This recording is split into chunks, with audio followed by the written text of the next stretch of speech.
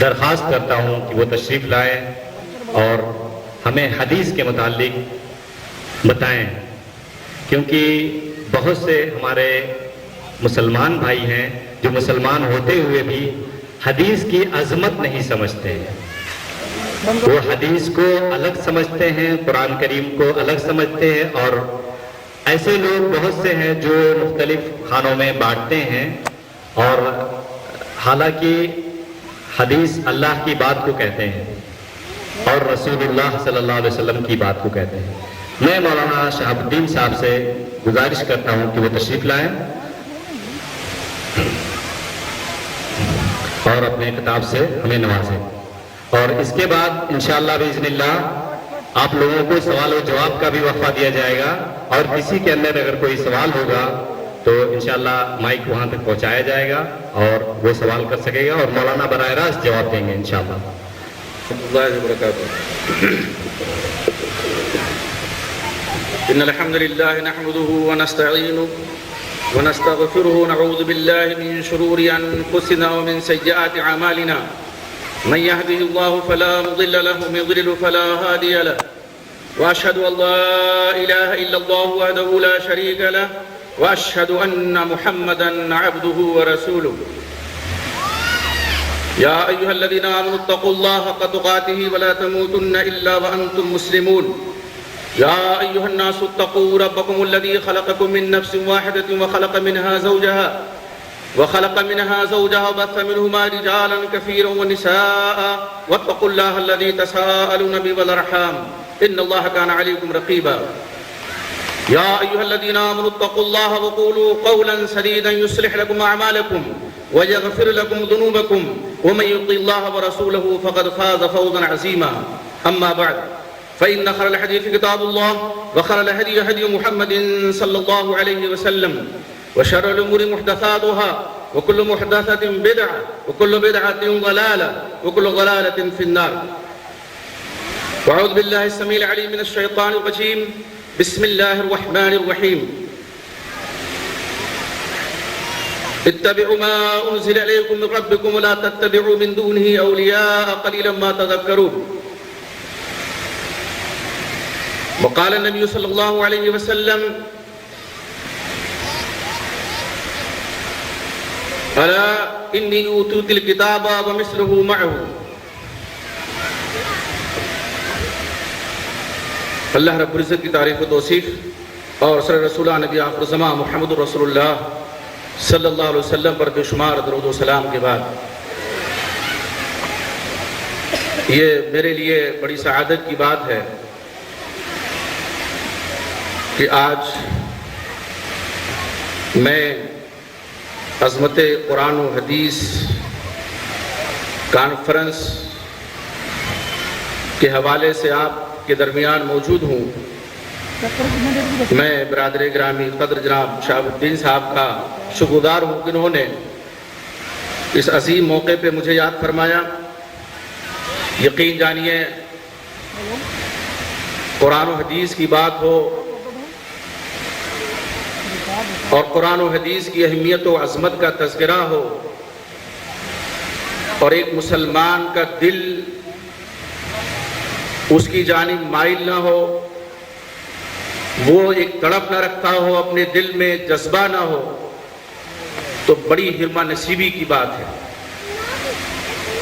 میں ایک بات اور عرض کروں کہ قرآن اور حدیث مسلمانوں کے سامنے ان کی عظمت بیان کرنا، مسلمانوں کے سامنے ان دونوں کی اہمیت اجاگر کرنا ایک عجیب بات لگتی ہے۔ غیروں کے سامنے اگر اس کی عظمت بیان کی جائے تو چونکہ وہ اس کی عظمت سے ناآشنا ہیں، غیروں کے سامنے اگر ان کی اہمیت بیان کی جائے تو چونکہ وہ ان کی اہمیت سے نابلد ہیں، اس لیے سمجھ میں بات آتی ہے۔ لیکن مسلمانوں کے درمیان قرآن و حدیث کی عظمت کا بیان، بہرحال یہ لمحہ فکریہ ہے، اور یہ وقت کی اہم ضرورت ہے لیکن مسلمانوں کے لیے لمحہ فکریہ ہے. ضرورت کیوں پیش آئی؟ اس لیے کہ ہم قرآن و حدیث سے دور ہو گئے. وہ وابستگی، وہ تعلق، وہ رشتہ، وہ لگاؤ جو قرآن و حدیث و کتاب و سنت سے ہونا چاہیے، آج وہ رشتہ برقرار نہیں رکھا ہے مسلمانوں نے. اس لیے ضرورت پیش آئی کہ ان دونوں کی عظمت اور ان کی اہمیت بیان کی جائے. ہم مسلمان کہے گئے ہیں، ظاہر ہے قرآن حدیث پر ہمارا ایمان ہے، یہی ہمارے لیے شریعت ہے، یہی دستور حیات ہے. ہماری ایمانی زندگی قرآن و حدیث ہی سے سنورتی اور سنورے گی. ہم اچھی طرح اس بات کو جانتے ہیں. ابھی مولانا فرما رہے تھے کہ ہمیں حدیث کی اہمیت بیان کرنا ہے. دیکھیے دونوں کو جدا نہیں کر سکتے آپ. قرآن کو حدیث سے جدا کر دیں، حدیث کو قرآن سے جدا کر دیں تو گویا اسلام مکمل نہیں رہ جائے گا. اس لیے کہ قرآن بھی وحی الہی ہے اور حدیث رسول بھی وحی الہی ہے. یہ میں نہیں کہتا، خود قرآن میں سورہ نجم میں دیکھیے آیت نمبر 3 میں اللہ رب العزت فرماتے ہیں وَمَا يَنْتِقُ مِنَ الْهَوَىٰ إِنْ هُوَ إِلَّا وَحْيٌ يُوحَىٰ. آپ صلی اللہ علیہ وسلم اپنی طرف سے کچھ نہیں کہتے، آپ جو کچھ فرماتے ہیں اللہ کی طرف سے وحی ہوتی ہے. جو کچھ آپ نے فرمایا وہ اللہ کی طرف سے وحی ہوتی ہے. ہاں وحی کی مختلف شکلیں ہیں، وحی کی مختلف صورتیں ہیں. کبھی حضرت جبریل علیہ السلام پیغام لے کے آئے، کبھی انسانی شکل میں آئے، کبھی اپنی اصلی شکل میں آئے، کبھی القاء فی القلب ہوا، کبھی خواب میں آپ کو اللہ رب العزت نے دکھایا. شکلیں مختلف ہو سکتی ہیں وحی کی، لیکن قرآن بھی وحی ہے اور حدیث رسول بھی وحی الہی ہے. ایک وحی جلی ہے تو دوسرا وحی خفی ہے. وحی کی بنیادی طور پر دو قسمیں ہیں، وحی جلی اور وحی خفی. بظاہر وحی اور پوشیدہ طور پر وحی، دونوں وحی ہیں. اسی لیے سورہ اعراف آیت نمبر 3 میں اللہ رب العزت فرماتے ہیں اتبعوا ما انزل الیکم من ربکم، پیروی کرو اس کی جو تمہاری طرف تمہارے رب کے ہاتھ میں میری جان ہے. میرے منہ سے حق بات ہی نکلتی ہے، چاہے میں خوشی کے عالم میں رہوں یا ناراضگی کے عالم میں رہوں. یہ آپ صلی اللہ علیہ وسلم کا فرمان ہے. جی یہ ابتدائی دور کی بات تھی، آپ نے منع فرمایا، لیکن آپ نے جس چیز کا آپ نے حکم دیا تھا گویا منع کا، اسی کو آپ نے منسوخ بھی کیا اور فرمایا کہ لکھو. آگے بڑھیے. حجۃ الوداع کے موقع پہ نبی اکرم محمد رسول اللہ صلی اللہ علیہ وسلم نے جو خطبہ ارشاد فرمایا، حضرت ابو شاہ یمنی رضی اللہ تعالیٰ عنہ نے آ کر کے آپ صلی اللہ علیہ وسلم سے کہا اللہ کے رسول آپ نے جو خطبہ ارشاد فرمایا اس کو لکھوا دیجیے یا لکھ دیجیے. آپ نے فرمایا اکتبوا لابی شاہ. خطبہ حدیث رسول ہی تو ہے، آپ صلی اللہ علیہ وسلم نے کچھ نصیحتیں کی تھی، کچھ احکام دیے تھے، تو یہ حدیثی تو ہے. تو آپ نے فرمایا اکتبوا لابی شاہ، ابو شاہ کو میری باتیں لکھ دو. تو آخری حکم آپ کا کیا تھا؟ لکھنا. اور دیکھیے صحیفہ صادقہ، ایک صحیفہ آج بھی موجود ہے کتب حدیث میں، حضرت عبداللہ ابن عمرو ابن عاص نے جو مجموعہ تیار کیا تھا حدیث کا آپ صلی اللہ علیہ وسلم کے دور میں، اس کا نام انہوں نے رکھا صحیفہ صادقہ. اسی طرح سے حضرت ابوبکر کا صحیفہ ملتا ہے، حضرت عمر فاروق کا صحیفہ ملتا ہے، حضرت عثمان کا بھی صحیفہ ملتا ہے، حضرت علی مرتضیٰ کا صحیفہ ملتا ہے رضی اللہ تعالیٰ عنہم اجمعین.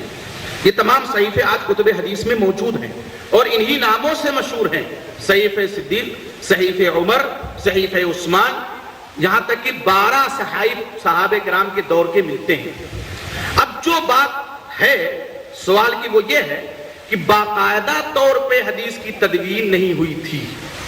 سمجھ رہے ہیں نا کہ بین دفتین، ایک دفتی کے اندر ساری حدیثیں نہیں آئی تھی، 2 دفتیوں میں.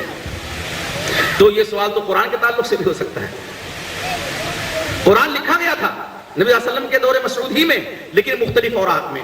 کسی کے پاس تختیوں میں لکھا ہوا موجود ہے، کسی کے پاس چمڑے پہ لکھا ہوا موجود ہے، کسی کے پاس اوراق پہ لکھا ہوا قرآن موجود ہے.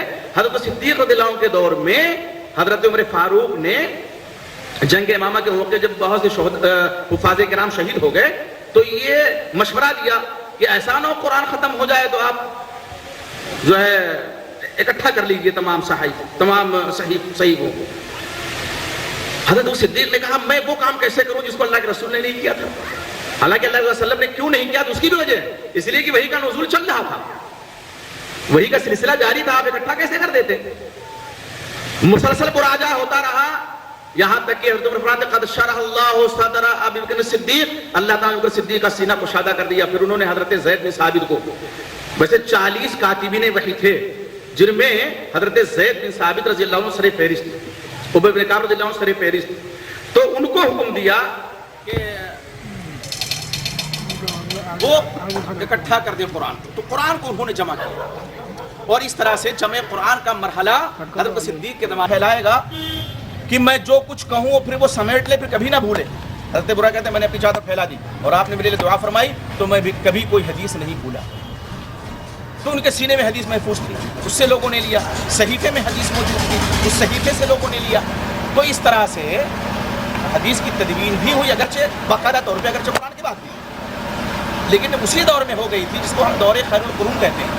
آپ نے فرمایا تھا خیر القرون قرنی ثم الذین یلونہم ثم الذین یلونہم، سب سے بہتر زمانہ میرا زمانہ، پھر وہ زمانہ جو اس کے بعد آئے، پھر وہ زمانہ جو اس کے بعد آئے. قرن 100 سال کی مدت کو کہتے ہیں. تو 300 سال کے اندر قرآن کی بھی تدوین اور 300 سال کے اندر حدیث رسول کی بھی تدوین ہو چکی.